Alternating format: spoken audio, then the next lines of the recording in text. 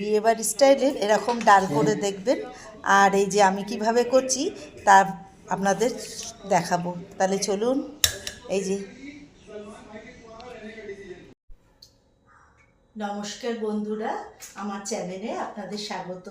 আজকে বানিয়ে নিচ্ছি নিরামিষ সবজি দিয়ে মুগের ডাল।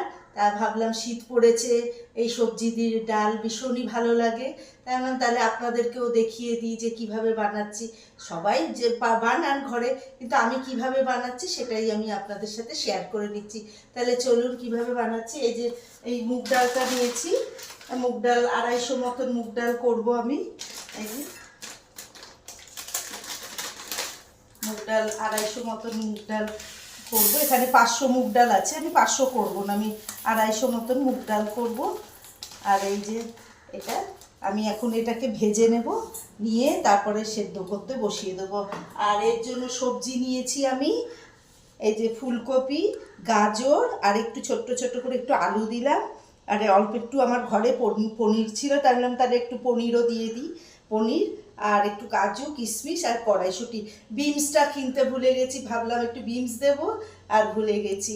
এই দিয়েই আমি আজকে ডালটা তৈরি করব। তাহলে চলুন কিভাবে বানাচ্ছি, আমার সাথে থাকুন।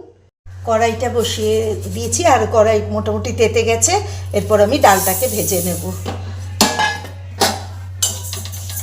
আমার ভাজা হয়ে গেছে, এবার আমি এই বাটিটাতে ঢেলে নেব আর ডালটা ধুয়ে নেব ভালো করে।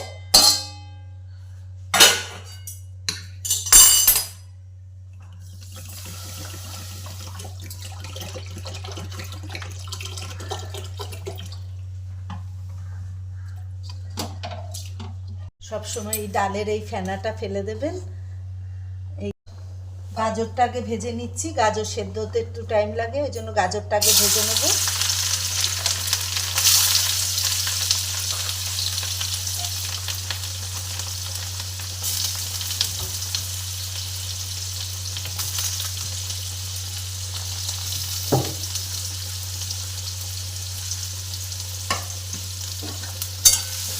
এরপরে এর মধ্যে দিয়ে দিলাম আলু আর ফুলকপিটা।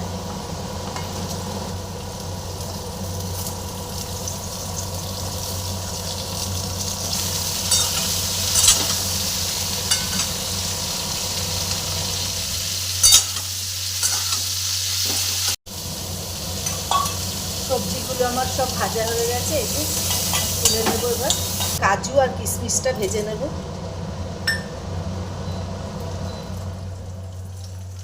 কাজু আর কিশমিশটা ভেজে নেব।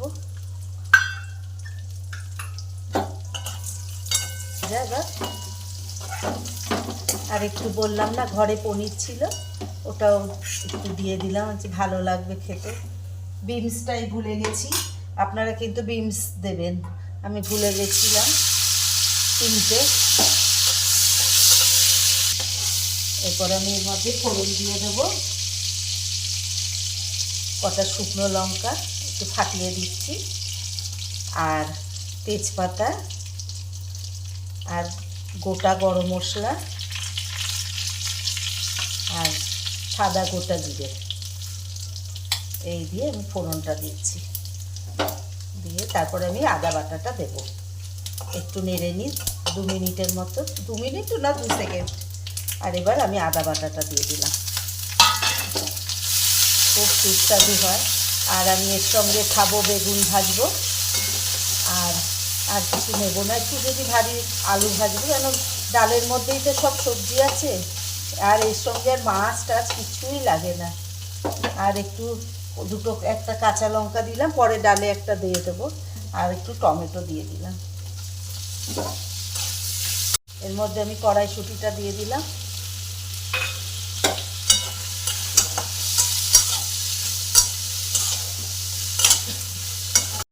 ডালটা এই পর্যাপ্ত অবধি কুক করবো, কেননা বেশি করলে এসে মানে সবজিগুলো দিয়ে তো আবার সেদ্ধ হবে, ওই জন্য এই যে সবজিগুলো দিয়ে দিলাম।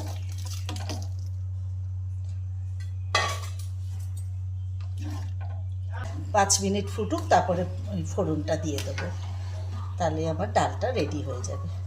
খুব ভাল লাগে খেতে এসব ডাল হলে। একটু বেগুন ভাজা আর একটু পাঁপড় ভাজা হলেই ব্যাস, আর কিছুই লাগে না, তাই না? খুবই ভাল লাগে এইসব ডাল খেতে। শীতকালে। এরপরে আমি এর ফোড়নটা দিয়ে দিলাম। সবজি আমার সব মোটামুটি সেদ্ধ হয়ে গেছে, এবার আমি ফোড়নটা দিয়ে দিলাম। এরপর আমি মিষ্টি নুন যা দেবার দেব। এইটা আপনি ভাতের সাথে তো খাওয়া যায়, আর একটু মনে হলে রুটি দিয়েও অনেকে খায়, ভালো লাগে। একটু নুন দিয়ে দিলাম, আগে দিয়েছি, আবার একটু দিয়ে দিলাম। আর দেব একটু চিনি, একটু মিষ্টি তো দিতেই হবে। আর ভাজা মশলার মধ্যে একটু ভাজা মশলা অ্যাড করলাম, খুব ভালো লাগে খেতে। আর একটু ঘি।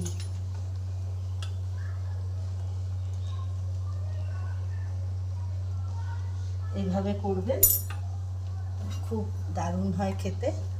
রুটি ভাত, রুটি দিয়েও খাই আমি অনেক সময়, খুব ভাল লাগে। এটা তো ডালটা যখন ঠান্ডা হবে একটু ভারীও হয়ে যাবে, আর এই ডাল একটু ভারী ভারী খায়। এইভাবে তৈরি হয়ে গেল আমার ভেজ মুগ ডাল।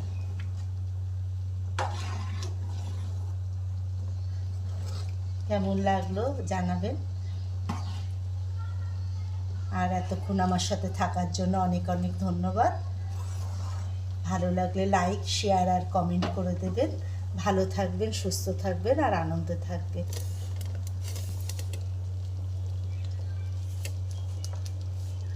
গরম ভাতের সাথে নিয়ে নিচ্ছি বেগুন ভাজা আর ডাল।